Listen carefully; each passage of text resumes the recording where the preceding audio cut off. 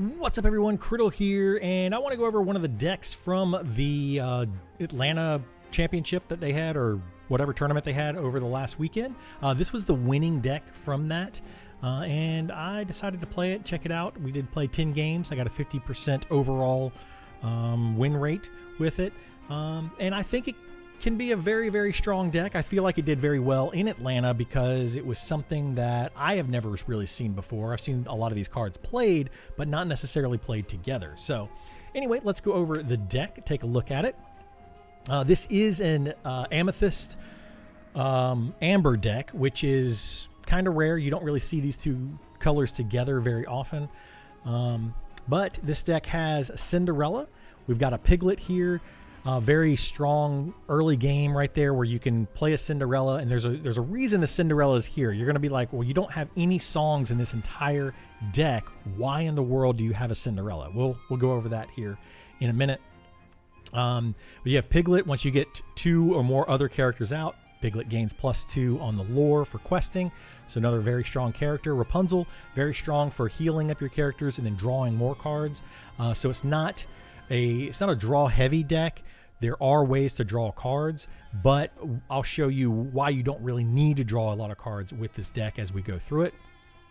You got Mufasa. If you can get him out on turn 5 or even later, you can get very, very lucky. And I got extremely lucky twice when I was playing this deck, where I put down a Mufasa and Mufasa brought out my Chernabog, which is this one right down here.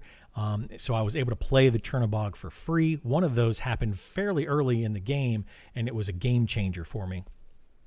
So Mufasa is a very, very strong card. We've got Perdita here, which allows you to bring back some of your cards from your discard pile back into play. One of the reasons why you don't need a very heavy draw deck is because things like your Cinderella, your Piglet, your Chernabog's followers, your Pascal, your Cuzco, your Madame Mim, all of those can come back with this card right here every single time you play it and every single time you quest with it. So very, very good, and it's absolutely free. It just comes right back onto the board. It doesn't go back into your hand. It actually just plays right onto your board. Next card we have here in the Amber section is Chernabog. You only need one of these in your deck because of the way this thing works. So your goal here is to just play low-cost cards in the beginning. You're going to use those cards to take out the other team as quickly as possible. You do not want to have very many opposing characters out on the board. If you can try to take care of all of those, you then play the Chernabog, and it will allow you to bring all of those characters from your discard pile back into your deck. So you could have 10, 15, 20 characters in there, and since every single character in this deck, or every single card in this deck is a character card, that allows you to bring back a lot of cards. So you don't really need to worry about ever running out of cards.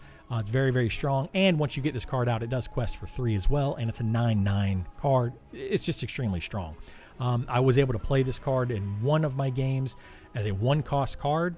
I was able to play it because I had so many cards already in my discard pile. And then in 2 of my games, like I said, they just popped out with a Mufasa. I got very lucky that, took out a Mufasa and Chernabog popped out, which then brought all of my cards back in from the discard pile. Another very early good card is the Chernabog's Followers. You use this to quest and then gain a free card. So if you want to throw this out early, turn 1, turn 2, and then go ahead and quest with it. You do have a Pascal, which is an evasive card. This helps you take care of the opposing team's evasive cards, as well as just have an evasive card that you can quest kind of and gain free lore every turn. I'll kind of explain how you use that card to take out the evasive card, since it is a 1/1 card, but there is a way that you can use that. Cuzco, same thing. It's a 1/2 card. But you can, when this card is banished in a challenge, actually no, just when this card is banished period, you get to draw a card. So another very, very strong card with this deck because of the Fairy Godmother. We'll get down to that here in just a second. You also have the Madame Mim. You have a couple Madame Mims, this one and this one here. So the Madame Mim, Snake, and Fox, which will allow you to kind of bounce the Merlin cards. You do have 3 different Merlins. So you can play this deck several different ways. If you don't get the fairy godmothers, if they don't play and get into play as quickly as you want them to, and you can get that fairy godmother rotation going, which I'll show you. It's a really cool combo. Then you do have these Merlins and Madame Mims you can fall back on.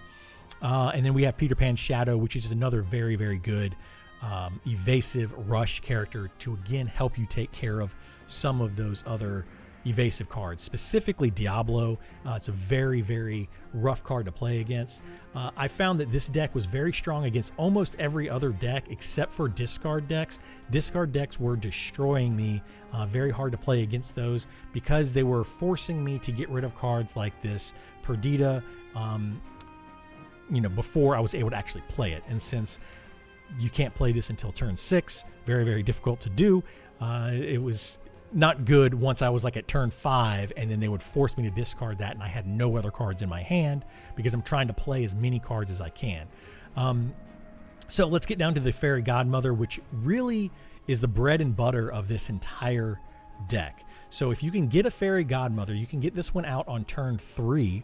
And whenever you play a Cinderella, you can exert chosen character. So that's why you have the Cinderellas in here, right up here, those 1-cost Cinderellas. You get Fairy Godmother out on turn 3.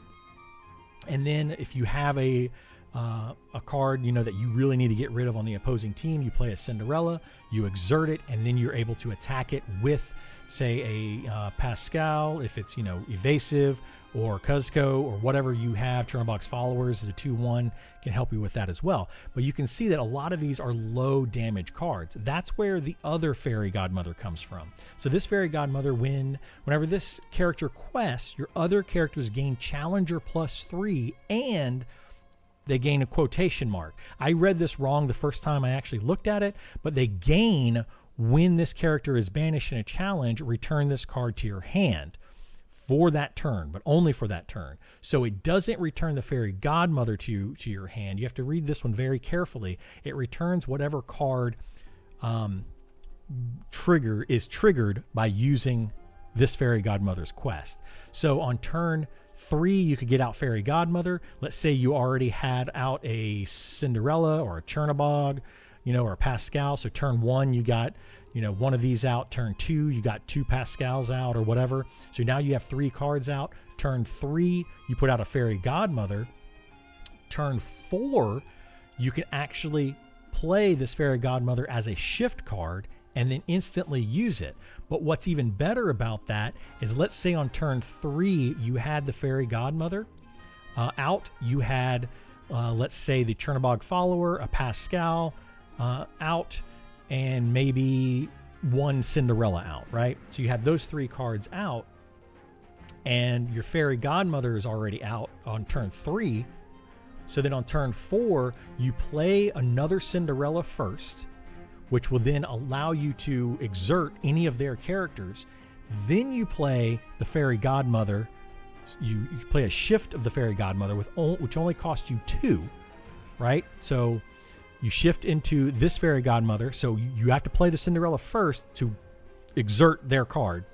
And then you shift and quest, which will give your other 3 cards +3 damage each, and it returns them to your hand if they lose in the challenge. So it's fine if you do that. Some of these are very low willpower, having 1 or 2 willpower, so chances are they're also going to lose. But this one will be a 5/1 that you can attack with, and if it's banished, you draw a card. Oh, sorry, not on that one. The Cuzco, when it's banished, you draw a card. So that would be a 4/2 that you can attack with, and then you still draw a card, and you put it back in your hand, and then you can play it again the next turn. So once you do get this Fairy Godmother out, you want to try to protect it as much as possible. This is a very, very fun deck to play. I really enjoyed it. This one is one that you do have to kind of think about as you're playing through it. Some of the other ones, you can kind of just play whatever's in your hand. This one, you need to keep track as best you can of what cards have been played and what cards your opponent has played, and try to keep up with that, because if you think you have a Cinderella in your discard pile, but you don't, and you play a Perdita, you can't play that Cinderella. So you need to make sure you know what's in your discard pile. You play the Perdita and you already have the Fairy Godmother out. You can instantly use that Cinderella that gets played to then exert another character, and then you can attack it with, say, the Fairy Godmother, which is a 3/4, or you could then throw on top of that the other Fairy Godmother and shift, and then attack it with other cards that you then put directly back into your hand. So you, like I was saying, you don't need a lot of draw cards here, because the goal is to not necessarily lose those cards, and anything that you do lose, hopefully if the game continues out that long, you do have that Chernabog that you can just throw down late game to get all of those cards from your discard pile back into your deck and start drawing them again. Super good deck. Really enjoyed playing it. A lot of fun. Just look out for those discard decks because they can be a bit of a doozy. Anyway, thank you so much for watching. Please like, subscribe, follow, all those kind of things. Come on over to my Twitch channel. We do play quite a bit of Lorcana over there, but Pixelborn is going out as of June 16th, so we're going to have to find a different way to play that. I do also play, though, the physical card game. We're going to be collecting a lot of those cards. We're getting the Luminaires quest this weekend. I'm going to be playing that with my son, so we'll probably do a video review of that as well. So definitely check out all of those, and hopefully I see you in the next one.